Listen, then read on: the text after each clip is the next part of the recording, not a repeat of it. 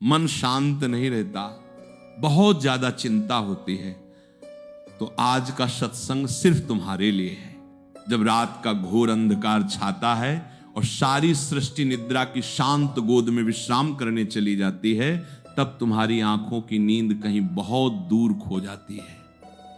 विचारों का एक ऐसा भयंकर और अनवरत कोलाहल मस्तिष्क में शुरू हो जाता है जिसका न कोई आदि दिखाई देता है और न कोई अंत। कल क्या होगा? उस व्यक्ति ने मेरे साथ ऐसा कटु व्यवहार क्यों किया? मेरे भविष्य का क्या होगा? कहीं मेरे अपनों को कोई भयंकर कष्ट तो नहीं आ जाएगा? क्या मैं कभी अपने जीवन में सफल हो पाऊंगा या इसी तरह असफलताओं के अंधकार में भटकता रहूंगा?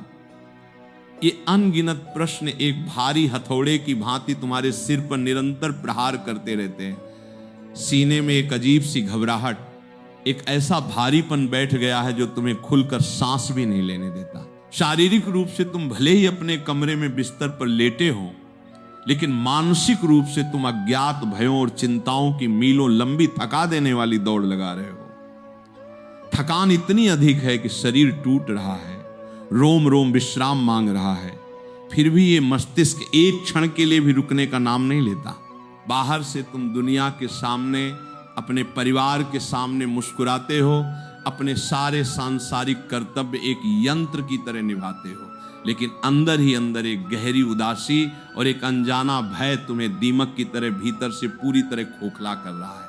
कभी कभी तो ऐसा प्रतीत होता है कि कहीं ये अति चिंता, ये ओवर थिंकिंग तुम्हें विक्षिप्त न कर दे, कहीं तुम इसी घुटन में, इसी मानसिक दबाव में अपने प्राण न त्याग दो। ये जो गहरी और मूक पीड़ा तुम्हारी आत्मा की गहराइयों में उबल रही है, उसे वो परम पिता परमात्मा बहुत ध्यान से देख रहा है। तुम्हारी ये दयनीय स्थिति अकारण नहीं है, लेकिन अब वो समय आ गया है कि तुम अपनी इस व्यर्थ की चिंता को, इस मानसिक संताप को हमेशा के लिए शांत कर दो। संसार में मनुष्य का मन स्वाभाविक रूप से ही चंचल है। ये हवा के उस तीव्र झोंके के समान है जो किसी एक स्थान पर, किसी एक विचार पर कभी नहीं टिकता। भगवान श्री कृष्ण ने भी गीता के उपदेशों में यही समझाया है कि मन को वश में करना बहती हुई वायु को मुट्ठी में बांधने के समान अत्यंत दुष्कर कार्य है, परंतु दुष्कर का अर्थ कभी भी असंभव नहीं होता। तुम्हारी इस अथाह चिंता, इस बेचैनी का सबसे बड़ा और मूल कारण यह है कि तुमने अपने अज्ञानवश स्वयं को इस पूरे ब्रह्मांड का, अपने परिवार का और अपने जीवन का कर्ता धर्ता मान लिया है। तुमने एक गहरा भ्रम पाल लिया है कि यदि तुम दिन रात चिंता नहीं करोगे, यदि तुम भविष्य की एक एक पल की योजनाएं नहीं बनाओगे, तो तुम्हारे परिवार का, तुम्हारे करियर का और तुम्हारे भविष्य का सब कुछ नष्ट हो जाएगा। तुम हर परिस्थिति को, हर इंसान को अपने नियंत्रण में रखना चाहते हो। तुम चाहते हो कि जीवन की हर घटना ठीक वैसी ही घटे जैसी तुमने अपनी कल्पनाओं में गढ़ी है। तुम चाहते हो कि लोग तुम्हारे मन के अनुसार व्यवहार करें, समय तुम्हारी घड़ी के अनुसार चले और भविष्य तुम्हारे द्वारा खींची गई रेखाओं पर ही आगे बढ़े। और जब यथार्थ तुम्हारी इन कल्पनाओं से अलग होने लगता है, जब परिस्थितियां तुम्हारे हाथ से रेत की तरह फिसलने लगती हैं, तब तुम्हारे भीतर एक भयंकर भय और चिंता का जन्म होता है। तुम उस बहती हुई विशाल नदी की उफनती धारा को अपने नन्हे और कमजोर हाथों से रोकने का प्रयास कर रहे हो, जिसका बहाव अत्यंत तीव्र है। तुम जितना उस धारा से लड़ते हो, जितना उसे रोकने का प्रयास करते हो, उतने ही थकते जाते हो, उतने ही टूटते जाते हो। तुमने अपने ऊपर एक ऐसा अदृश्य, व्यर्थ और पहाड़ जैसा बोझ लाद लिया है जो वास्तव में तुम्हारा था ही नहीं। जरा अत्यंत गहराई और शांति से विचार करो कि क्या तुम्हारे चिंता करने से आने वाला कल बदल जाएगा? क्या रात भर जागकर रोने से या घबराने से कल की कोई भी समस्या सुलझ जाएगी? नहीं, कदापि नहीं। चिंता कभी भी कल के दुख को कम नहीं करती, बल्कि वो तुम्हारे आज के सुख को, तुम्हारी आज की शक्ति और ऊर्जा को भी पूरी तरह से चूस लेती है। तुम एक ऐसे भविष्य के बारे में सोच सोचकर भयभीत हो रहे हो जिसका अभी तक जन्म भी नहीं हुआ है। हमारा ये मायावी मस्तिष्क अक्सर हमें ऐसे डरावने चित्र दिखाता है, ऐसी भयंकर विपत्तियों की और दुर्घटनाओं की कल्पना करवाता है जो शायद हमारे जीवन में कभी घटित ही न हो। ये माया का सबसे बड़ा और सबसे क्रूर खेल है। माया तुम्हें हमेशा उस चीज के लिए डराती है जो यथार्थ में है ही नहीं। तुम उस अतीत के लिए रो रहे हो जो अब मर चुका है, जो एक राख बन चुका है, जो अब किसी भी कीमत पर कभी वापस नहीं आ सकता, और तुम उस भविष्य के लिए घबरा रहे हो जो अभी तक तुम्हारी पहुंच से बाहर है। इन दोनों मृत और अजन्मे कालों के बीच जो ये साक्षात वर्तमान क्षण है, जो साक्षात ईश्वर का जीवंत स्वरूप है, उसे तुम अपने ही हाथों से नष्ट कर रहे हो। ये वर्तमान ही वो एकमात्र सत्य है जो तुम्हारे पास है, जिसमें तुम सांस ले सकते हो, कर्म कर सकते हो, और तुम इसे चिंता की दहकती चिता पर रोज जला रहे हो। ईश्वर की इस सुंदर सृष्टि के उस अद्भुत और शाश्वत नियम को देखो। सुबह सूर्य अपने निश्चित समय पर उदय होता है, ऋतुएं अपने तय समय पर बदलती हैं, हवाएं अपने नियम से बहती हैं। एक छोटा सा पक्षी सुबह उठकर भोजन की तलाश में अपने घोंसले से निकलता है, लेकिन क्या तुमने कभी किसी पक्षी को कल के भोजन के लिए, सर्दियों के लिए या भविष्य के लिए चिंता करते देखा है? क्या वो रात भर जागकर ये सोचता है कि कल दाना मिलेगा या नहीं?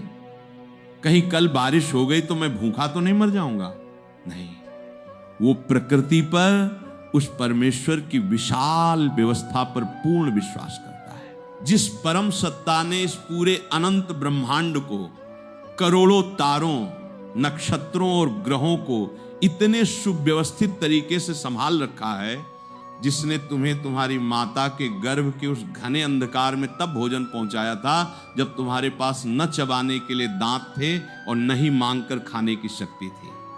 क्या वो सर्वशक्तिमान परमात्मा आज तुम्हारे इस छोटे से जीवन को नहीं संभाल सकता? क्या उसे तुम्हारी चिंता नहीं है?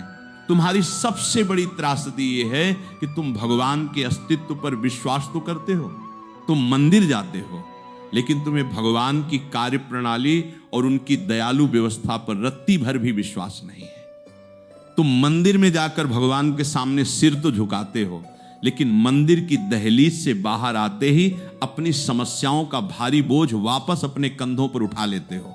ये तो बिल्कुल वैसा ही है जैसे कोई व्यक्ति किसी रेलगाड़ी में यात्रा कर रहा हो और उसने अपना बहुत भारी सामान अपने सिर पर रखा हुआ हो। जब कोई सहयात्री उससे पूछे कि भाई ये सामान सिर से नीचे क्यों नहीं रखते, तो वो कहे कि कहीं इस बेचारी ट्रेन पर ज्यादा बोझ न पड़ जाए। क्या ये हास्यास्पद और मूर्खतापूर्ण नहीं है? जब वो विशाल ट्रेन तुम्हें ढो रही है तो वो तुम्हारे उस छोटे से सामान को भी आसानी से ढो लेगी। ठीक उसी प्रकार जब उस अनंत ईश्वर ने तुम्हें ये जीवन दिया है तो तुम्हारे जीवन की सारी समस्याओं, सारी जरूरतों और सारी चिंताओं का भार भी उसी का है।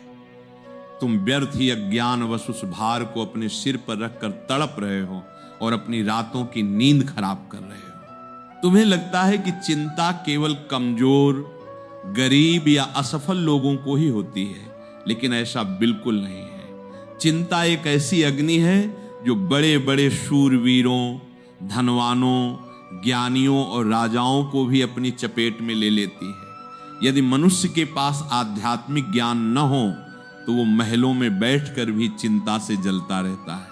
हमारे सनातन धर्म के पवित्र शास्त्रों में एक ऐसा अत्यंत अद्भुत और ज्ञानवर्धक प्रसंग आता है जो ये सिद्ध करता है कि यदि मनुष्य चाहे तो दुनिया की सबसे बड़ी जिम्मेदारियों, सबसे बड़े ऐश्वर्य और सबसे बड़े संभावित विनाश के बीच रहकर भी अपने मन को पूरी तरह शांत और चिंताओं से मुक्त रख सकता है।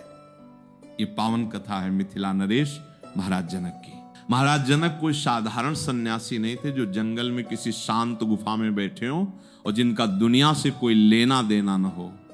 वे एक बहुत विशाल, समृद्ध और शक्तिशाली साम्राज्य के चक्रवर्ती सम्राट थे। उनके पास अथाह धन, भव्य महल, विशाल सेना, रानियां, परिवार और पूरे राज्य की करोड़ों प्रजा की जिम्मेदारी थी। एक राजा के जीवन में तो एक सामान्य मनुष्य से करोड़ गुना अधिक चिंताएं होती हैं।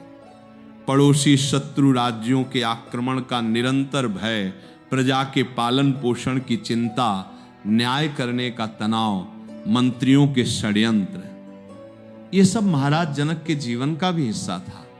परंतु फिर भी इन सब के बीच रहते हुए भी महाराज जनक को विदेह कहा जाता था। विदेह का अर्थ है वो महान आत्मा जो अपने शरीर और सांसारिक परिस्थितियों के मोह से पूरी तरह मुक्त हो चुका हो। उनका मन हमेशा एक शांत और गहरी झील के समान रहता था। उनके चेहरे पर कभी कोई चिंता की लकीर, कोई घबराहट या कोई भय नहीं होता था। एक बार कुछ संतों, ऋषियों और उनके अपने ही मंत्रियों के मन में यह संदेह उत्पन्न हुआ कि इतना बड़ा राज्य चलाने वाला, महलों के अपार सुख भोगने वाला और राजसी वस्त्र पहनने वाला राजा भला भीतर से इतना शांत, अलिप्त और वैरागी कैसे हो सकता है? जरूर ये केवल एक दिखावा है, एक पाखंड है। राजा जनक की इस मानसिक शांति और उनके वैराग्य की परीक्षा लेने के लिए एक दिन ये झूठी सूचना फैलाई गई कि मिथिला नगरी में भयंकर आग लग गई है। वो आग बहुत तेजी से राजमहल की ओर बढ़ रही है और रास्ते में आने वाला सब कुछ जलकर राख हो रहा है। जब ये खौफनाक समाचार राजसभा में पहुंचा तो वहां उपस्थित सभी मंत्री, सेनापति, दरबारी और यहां तक कि बड़े बड़े ऋषि मुनि भी घबराकर अपनी जान बचाने के लिए भागने लगे। किसी को अपने कीमती कपड़ों की चिंता थी, किसी को अपने धन की, किसी को अपने परिवार की। चारों ओर एक भयंकर हाहाकार मच गया। मृत्यु और विनाश का भय सबके चेहरों पर स्पष्ट दिखाई दे रहा था। परंतु उस भीषण कोलाहल के बीच महाराज जनक अपने राज सिंहासन पर अत्यंत शांत, अडिग और निर्विकार भाव से बैठे रहे। उनके चेहरे पर न कोई भय था, न कोई घबराहट और न ही भविष्य की कोई चिंता।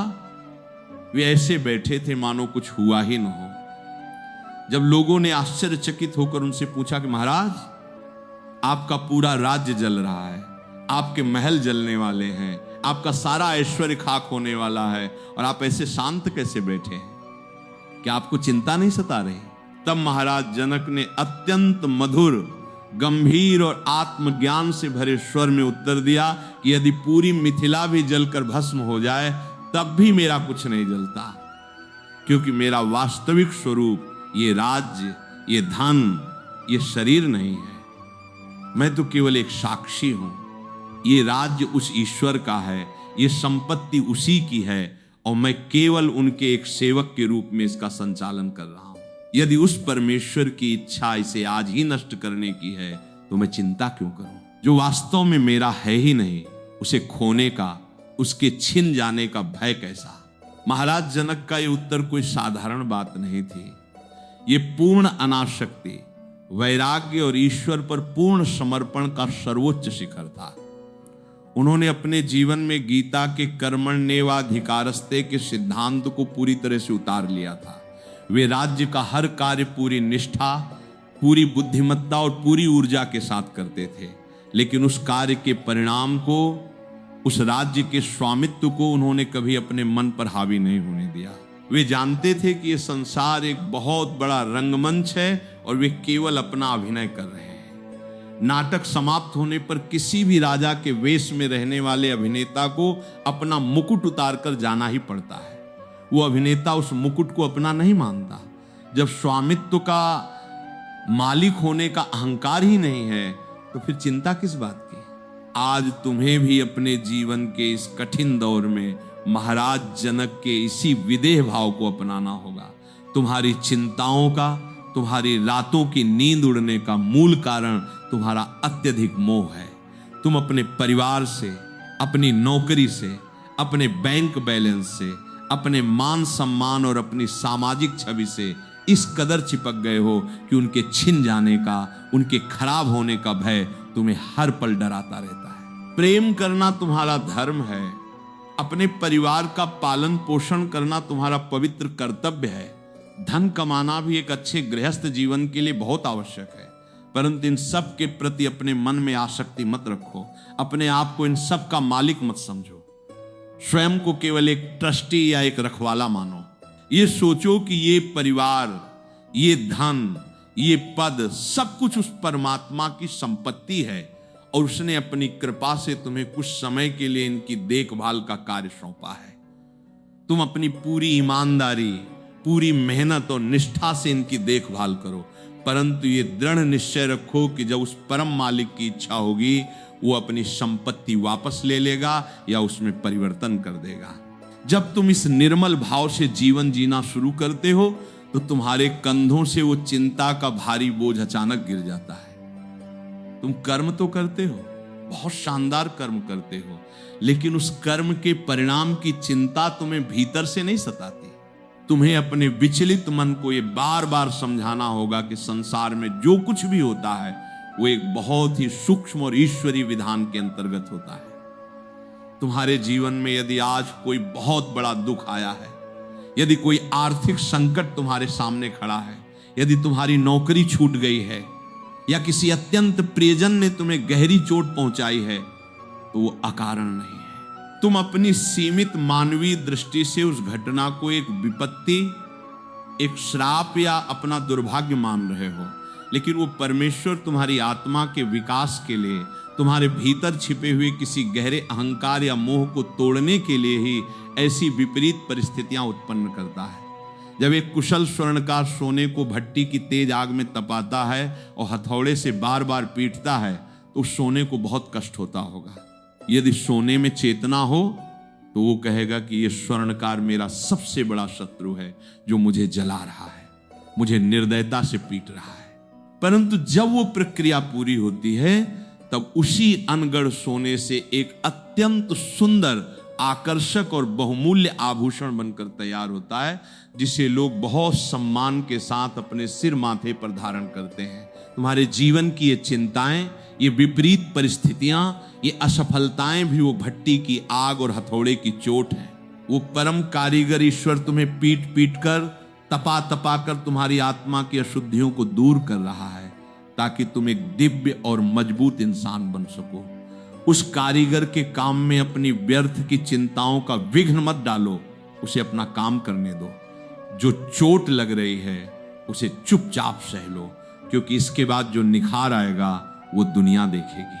तुम्हारे मन की अशांति का एक और बहुत बड़ा कारण है तुम्हारा अतीत से चिपके रहना और भविष्य के काल्पनिक विनाश की आशंका करना। श्रीमद् भागवत महापुराण में एक अत्यंत गूढ़, भावुक और हृदय को सीधे बेधने वाला प्रसंग आता है जो भविष्य की चिंता को जड़ से उखाड़ फेंकता है। जब यदुवंश का अंतिम समय निकट आ गया था और भगवान श्री कृष्ण अपनी इस सांसारिक लीला को समेटकर अपने परम धाम वापस जाने वाले थे, तब उनके परम सखा, उनके अनन्य भक्त और मंत्री उद्धव जी को यह बात पता चली। उद्धव जी अत्यंत ज्ञानी थे, वे देवताओं के गुरु बृहस्पति के साक्षात शिष्य थे, उनका ज्ञान बहुत विशाल था। लेकिन जब उन्हें यह भान हुआ कि उनके प्राणों से प्यारे कृष्ण अब इस धरती से हमेशा के लिए जाने वाले हैं, तो उनका सारा ज्ञान, सारा धैर्य एक पल में ढह गया। उद्धव जी के भीतर भयंकर चिंता, असुरक्षा और घबराहट ने प्रवेश कर लिया। वे रोते हुए, कांपते हुए भगवान श्री कृष्ण के पास पहुंचे और उनके पावन चरणों में गिर पड़े। उद्धव जी ने रोते हुए कहा, हे माधव, हे प्राणनाथ, मैं आपके बिना एक क्षण भी जीवित नहीं रह सकता।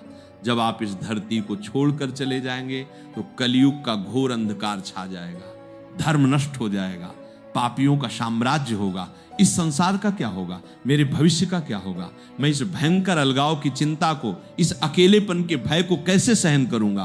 प्रभु, मुझे अकेला मत छोड़िए, कृपया मुझे भी अपने साथ ले चलिए। उद्धव जी की यह चिंता कोई सामान्य सांसारिक चिंता नहीं थी, ये ब्रह्मांड के रक्षक के छिन जाने की चिंता थी, ये भविष्य के पूर्ण अंधकार की चिंता थी।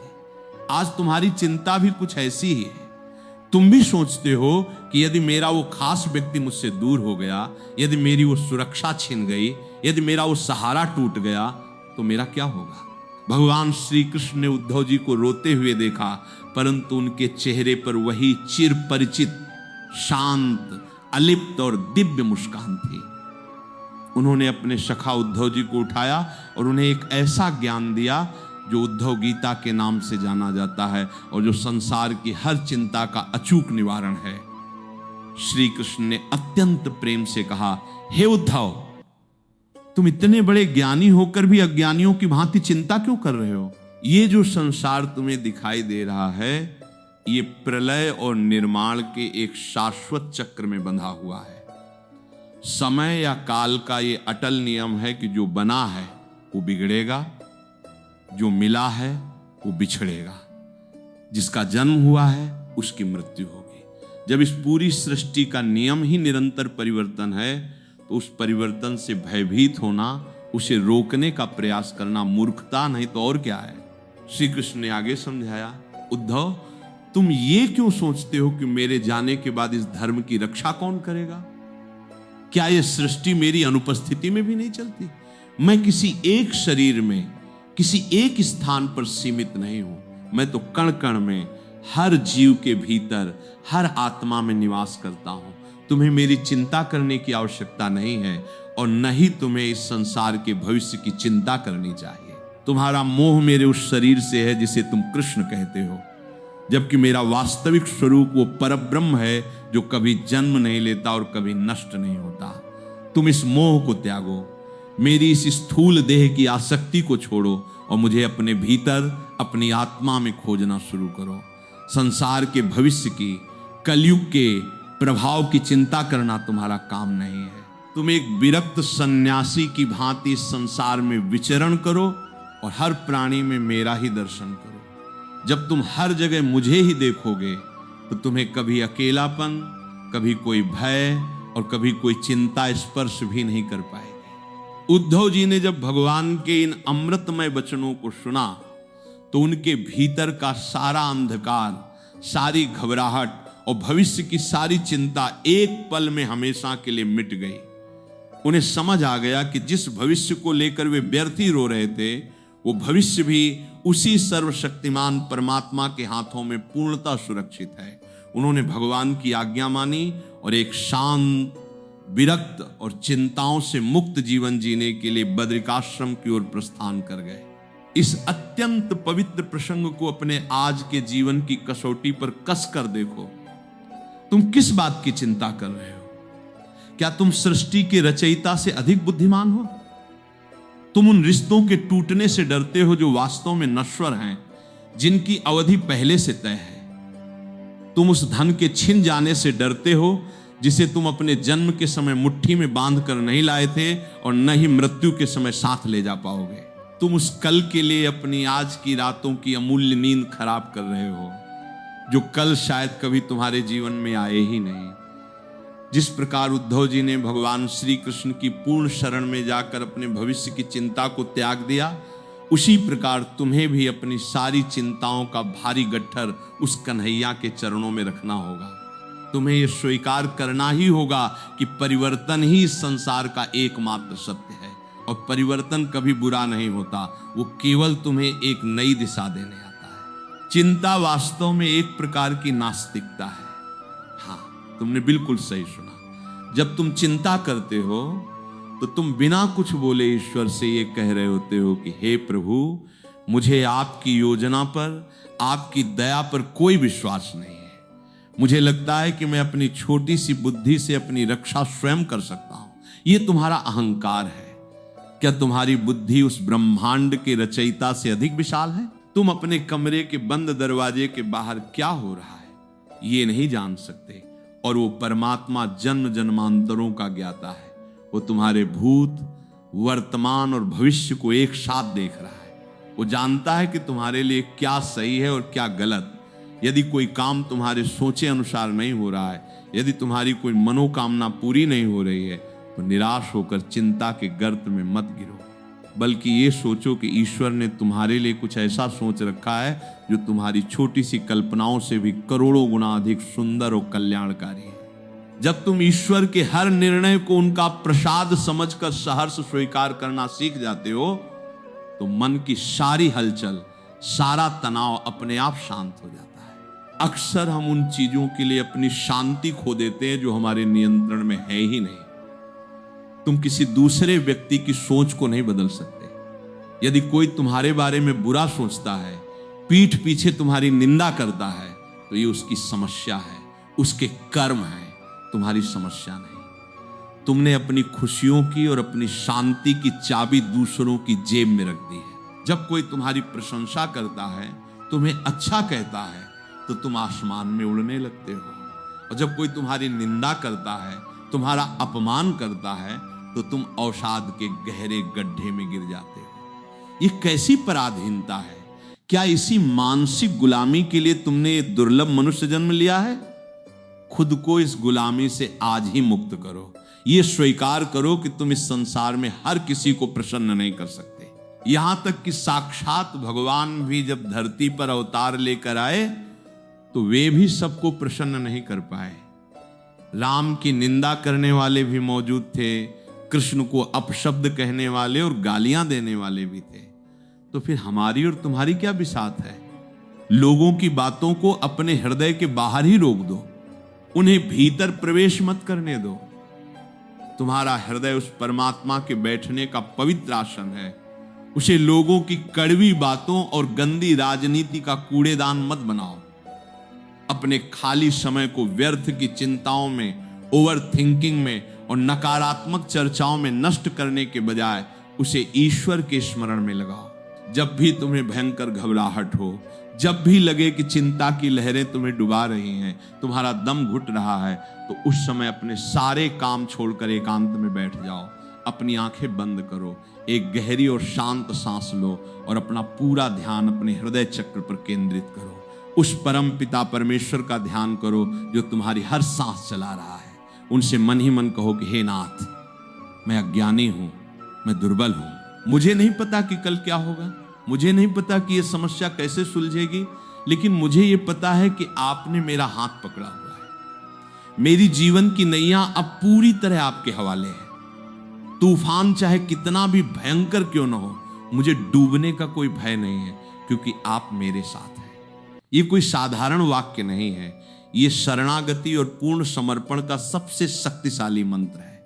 जब तुम पूर्ण हृदय से, बिना किसी शर्त के, बिना किसी किंतु परंतु के अपना सब कुछ उस परमात्मा को सौंप देते हो, तो तुम्हारे भीतर एक ऐसा अलौकिक चमत्कार होता है जिसे शब्दों में व्यक्त नहीं किया जा सकता। तुम्हारे कंधों का सारा बोझ एक क्षण में गायब हो जाता है। तुम्हारी आंखों से चिंता के नहीं बल्कि असीम प्रेम और परम शांति के आंसू बहने लगते हैं। तुम इस दुनिया में अकेले नहीं हो। तुम्हारी हर सांस के साथ वो परमात्मा तुम्हारे भीतर धड़क रहा है। वो परम मां तुम्हारी हर पीड़ा को, तुम्हारे हर खारे आंसू को महसूस कर रही है। उसने तुम्हें इस संसार में रोने के लिए, चिंता में घुल घुल कर मरने के लिए नहीं भेजा है। उसने तुम्हें आनंद का अनुभव करने के लिए, अपनी आत्मा की शक्ति को पहचानने के लिए भेजा है। ये जो समय आज तुम्हें इतना कठिन, इतना अंधकारमय लग रहा है, ये बहुत जल्द बीत जाएगा। रात चाहे कितनी भी घनी और डरावनी क्यों न हो, वो सूर्य की पहली किरण को रोक नहीं सकती।